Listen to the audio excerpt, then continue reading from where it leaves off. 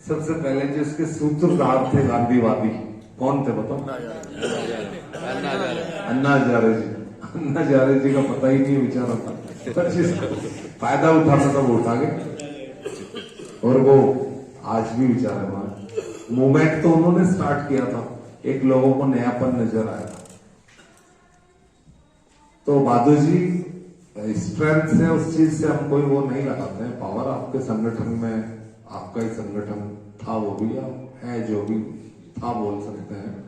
सांगोद भी गया था, मैं सांगोद में देखा मैन पावर होती है। मैन पावर भी कई जगह अच्छे विचारों के सामने झुक जाती है। अगर आप सच्चाई पे चलते हैं और एक आपकी डगर जो है बिल्कुल ईमानदारी की रहती है, तो वो बढ़ती चली जाती है वो संगठन भी। मैंने पहले ही आपको बताया, अभी शेर और कुत्ते में कितना फर्क होता है। कुत्ते के यहाँ 15 पिल्ले होते हैं, शेर के एक ही बच्चा होता है, और उसको देख के पूरा जंगल घबराता है। हमारे गहलोत साहब के भी यहाँ यूनियन वाले भी जाते हैं, तो एक मुझे पता लगा वहां पे बॉडीगार्ड थे मेरे मित्र चौधरी, वो गहलोत साहब के बहुत नजदीकी उसमें रहे हैं, उनके जो बॉडीगार्ड होते हैं स्पेशल। तो किसी संगठन ने कहा साहब, वो दूसरा संगठन खड़ा है कि दरवाजे पे कि बाकी साहब इनके यहाँ 4 ही आदमी हैं और बस वो 4 ही संगठन चलाते हैं। तो गहलोत साहब ने उनसे कहा कि साहब मैं व्यक्ति को तवज्जो देता हूं, मैं भीड़ को तवज्जो नहीं देता। ये गहलोत साहब कि वो शर्मा जी जो भी आए हैं वो मेरे बहुत अच्छे हुए हैं और मैं उनका बहुत सम्मान करता हूँ। तो व्यक्ति की पहचान होती है, कोई भीड़ बहुत बड़ी है, इसमें कुछ इस तरह का। आरटी की जहां तक बात चलती है, मेन आपका हमारा जो प्राइवेट स्कूल का और जो गवर्नमेंट स्कूल करते हैं, मैं दोनों में कोई फर्क नहीं समझता। हमारे यहाँ बच्चे पढ़ते हैं, देखा है आप लोगों ने, गरीब तबके के भी पढ़ते हैं, सभी पढ़ते हैं बच्चे। आपके यहाँ भी बच्चे पढ़ते हैं। दोनों का काम बच्चों को शिक्षित करने का होता है कि देश के अच्छे नागरिक बने, और दोनों का जो आपस में तालमेल है वो एक मोटरसाइकिल या साइकिल के 2 व्हील होते हैं, एक आगे होता है एक पीछे होता है। कुछ लोग हमारे डिपार्टमेंट के जैसे कहते हैं कि प्राइवेट स्कूल है, प्राइवेट थोड़ी होता है स्कूल, प्राइवेट नहीं होता है। आप लोगों को भी तो गवर्नमेंट ने एक मान्यता दे रखी है, तो घर गए हो कि माला डाल के लाए, पकड़ के भाई तेरे बच्चे जबरदस्ती पढ़ाए। अगर पढ़ाया है उसने फीस भी दी होगी, तुमने दी कि साहब नहीं दी अभी, तो मैंने कि देने में क्या परहेज है साहब, पैसा ही नहीं है कोरोना पीरियड में। तो मैंने कि जब आप एक बच्चे की फीस नहीं दे सकते, उसने 10, 15, 20 मास्टरों को कहां से दी होगी फीस, बर्तन बेच के दी होगी। तो टीचर तो मांगेंगे ना आप लोगों से, नहीं मांगेंगे। टीचर स्टाफ जो होगा तो उनको फीस नहीं दी होगी। मैंने कि भाई गवर्नमेंट हाई कोर्ट ने भी 85% कर दिया, तो इसमें हम क्या करें।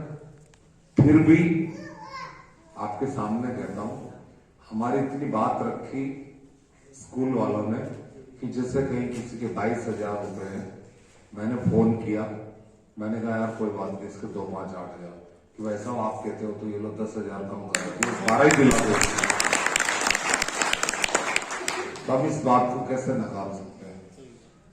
हर जगह बात हो, कोई ऐसा विद्यालय नहीं था जिसने कहा होगा नहीं साहब मतलब डीओ साहब पूरी फीस लूंगा। मतलब ये एक बड़ाई नहीं कर रहा मैं, कॉपरेशन वाली बात है। कोई ऐसा स्कूल वाला सब जानता है, ऐसे स्कूल वाले नहीं है, उसको पता है बच्ची इंटेलिजेंट है, फीस नहीं दी उसका कोई बात नहीं, मैं भरूंगा इसका फार्मूला। ऐसे भी तो है, आप में से ही यूनिफॉर्म नहीं, हम देंगे यार यूनिफॉर्म उसको।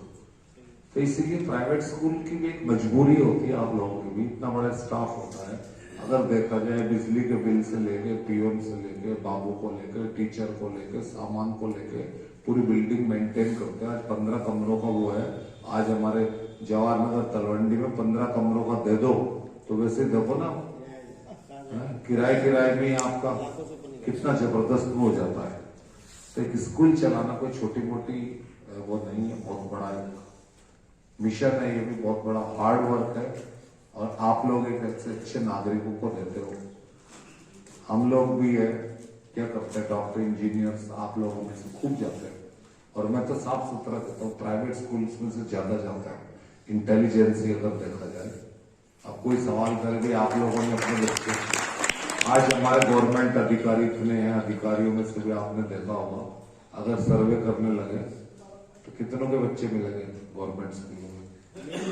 आज कोई हमारे से ही कहते भी आपके बच्चे कहाँ पढ़े, मेरे दोनों बच्चे मॉडल स्कूल में पढ़े, मतलब दीपक सिंह, तो मैं कैसे बोल सकता हूँ। प्राइवेट स्कूल के अंदर काफी सारी सुविधाएं होती हैं, हमारे पास गवर्नमेंट में कई जगह संसाधनों की कमी होती है। आपका मेन उद्देश्य आईटी का होता है, हमारे इसमें ध्वज जी की हमारी बहुत अच्छी मैचिंग है। मैं जिस सेकेंडरी सेटअप में हूँ, मेरे यहाँ भारत शर्मा है। मैंने एक ही बात कही है लोगों को, किसी भी स्कूल की मेरे पास शिकायत नहीं आनी चाहिए कि भाई हमारा, या एक दूसरा बिल्कुल सामने कहूँ बाबू जी के, कि अगर कहीं आपको ऐसा लगता है कि हमारे को कोई गलत यूज करना चाहता है तो मुझे कंप्लेंट करें इसकी आगे। अगर कोई आपको चक्कर कटवाता हो या ऐसा लगता है आपको कि भाई कहीं, मेरे फादर आर्मी ऑफिसर थे और आज भी लोग, आपको तो पता है, ऐसी पोस्ट पे बैठ के, और यहाँ के जो राजस्थान के 2nd नंबर के मिनिस्टर आने जाते हैं धारीवाल साहब, उनका बहुत बड़ा आशीर्वाद है मेरे ऊपर। जैसे अभी ट्रांसफर्स में बहुत मदद करता हूँ मैं लोगों की, तो मतलब आप ताज्जुब करोगे कि मेरे घर पे या मुट्ठी बांध के पैसे लेके आ जाते हैं दरवाजे पे खड़े हुए थे नीचे आके, अरे साहब अरे कि भाई क्या है ये हिसाब, मैंने कि पैसे से थोड़ी होते हैं, ट्रांसफर से। अब कुछ लोग माना कि हो सकता है ऐसे होते हैं, मैंने कि भाई हमें नहीं चाहिए, मेरा एक बेटा हो गया ऑस्ट्रेलिया में रहता है, पढ़ता है, अभी आया हुआ है। तो ऐसा कोई पैसा ही सब कुछ नहीं होता है जीवन में, आदमी की एक इमेज भी होती है। इल्जाम लगाए मेरे ऊपर, मैंने खड़े होकर उसका जवाब दिया। फिर उन्होंने कहा देखो साहब, सचिव साहब आईएएस साहब बैठे हैं, प्रसादी लाल जी बैठे हैं, और बैठे हैं, कलेक्टर साहब बैठे हैं, अभी भी देखो डीओ खड़ा होकर, कितनी हिम्मत है इसकी, खड़ा होकर बोल रहा है। क्यों बोलना कोई अपराध है क्या? आप लोग गलत इल्जाम लगाओगे, जनप्रतिनिधि कोई गलत इल्जाम लगाएगा, क्या उसका अधिकारी जवाब नहीं देगा? क्या देगा? तो जवाब दिया, पेपर में आ गया साहब, पेपर वाले ने दे दिया, कोई बात नहीं। अब कोई अधिकारी कोई लताड़ खाने के लिए थोड़ी बैठा है कि आप गलत इल्जाम लगाओ उस पर। आपको मैं अभी कुछ बात बताऊंगा, पानी पानी कर दूं, पानी पानी हो जाएगी, कहीं में पानी पानी हो जाएगी। अगर ऐसी बात होती तो मुझे जिला प्रशासन 2 बार सम्मानित क्यों करता 15 अगस्त 26 जनवरी? क्या कोई पागल है क्या जिला प्रशासन? चोर चक्कों को करता है क्यों? अच्छा कार्य किया होगा, 100% रिजल्ट दिए होंगे एज ए प्रिंसिपल, जब तो आप लोग देते हो सम्मान। तो इस तरह की कई बार बात हो जाती है। मैंने जीवन में, हमारे फादर भी थे, उनको राष्ट्रपति पुरस्कार मिला था, नीलम संजीवा रेड्डी उस समय राष्ट्रपति थे, प्रशंसा पत्र दिया था। मेरे फादर ने भारत के लिए 3 लड़ाइयों में हिस्सा लिया था। तो ये चीजें, क्वालिटी जो है आपके अंदर, कहीं ना कहीं संस्कृति जो है, संस्कृति जरूर बोलती है। अगर क्वालिटी होती है, क्वालिटी जरूर बोलती है। आज हम अपने माँ बाप की सेवा करते हुए, मेरे बच्चों ने देखा, देवी तो वो हमारी करेंगे। जब वो कहेंगे दादा दादी को तो पापा ने वहां कोने में पटक रखा है, तो वो एक सड़ा सा कंबल दे रखा है, तो बच्चे पे क्या गुजरेगी? छोटे बच्चे उसी चीज को फॉलो करेंगे, और वो दिन दूर नहीं कि आपको पटा कंबल भी नहीं देंगे, वो ऐसा भी हो जाएगा। संस्कृति जनरेशन से आती है। अगर संस्कृति बाप में है तो बेटे में भी आएगी, वो देखेगा।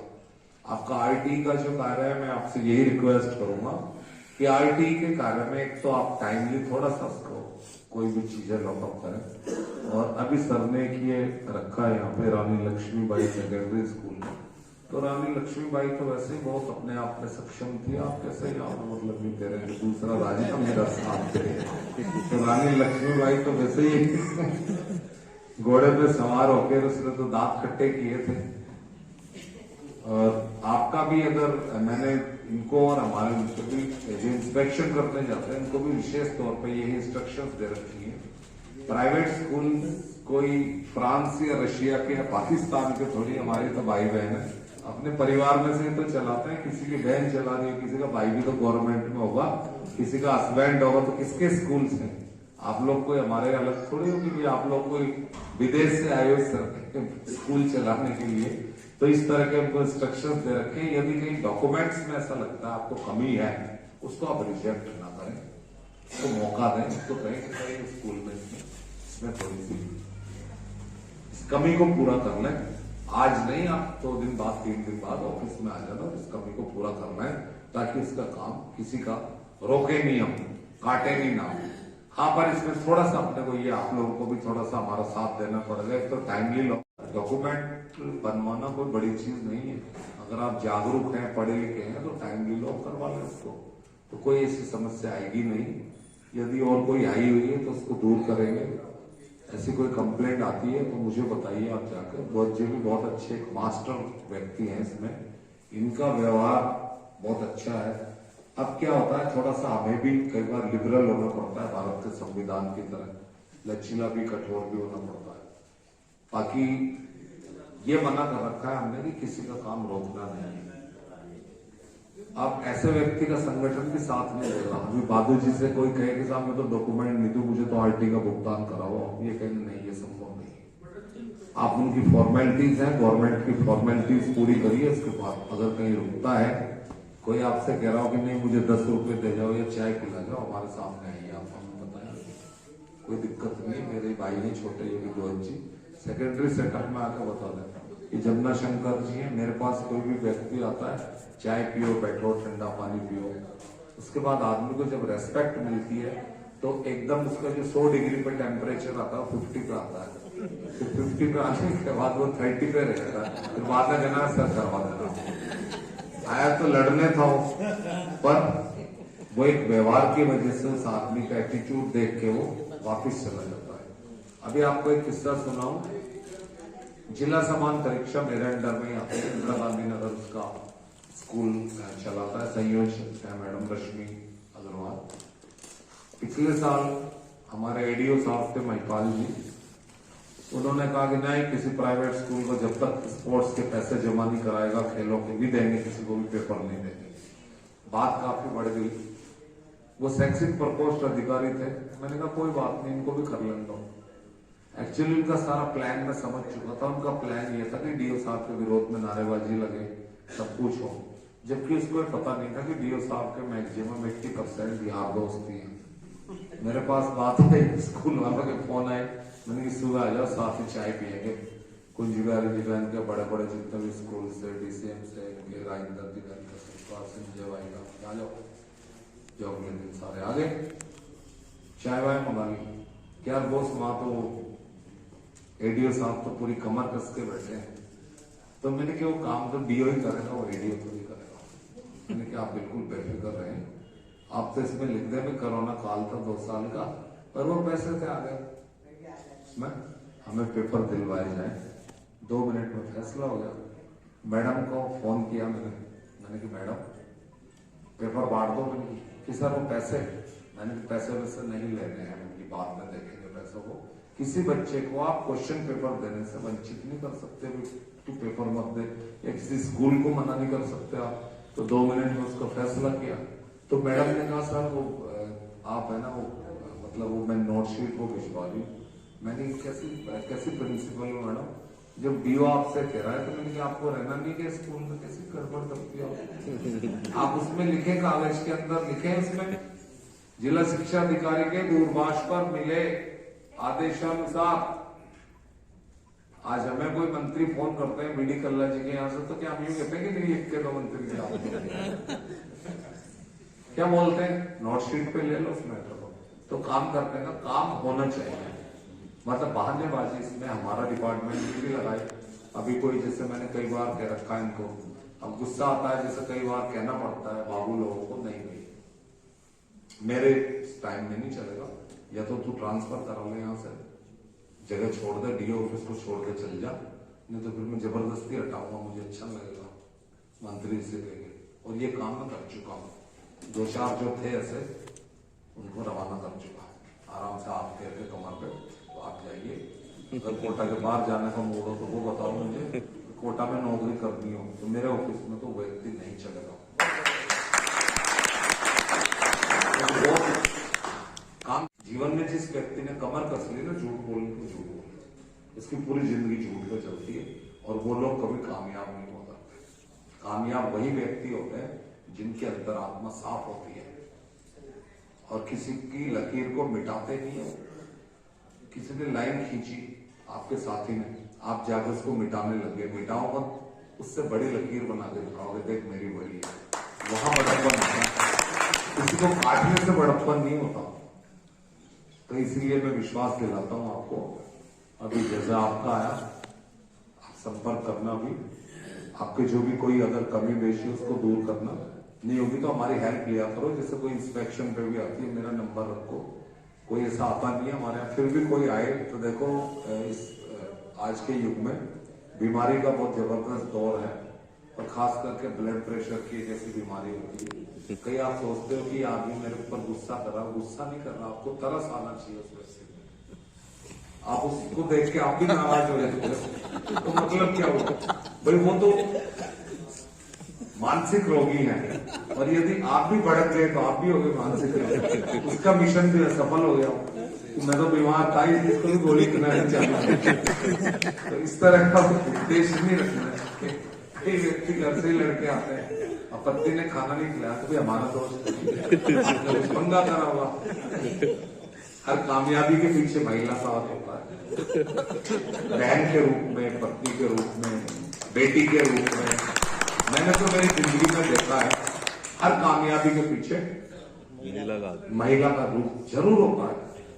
मैं तो 4 बजे भी जयपुर निकलूं तो 3:30 बजे पराठे, सब्जी, दूध, चाय, ये लो 2 पराठे खा के जाओ, तो एक पत्नी का होता है।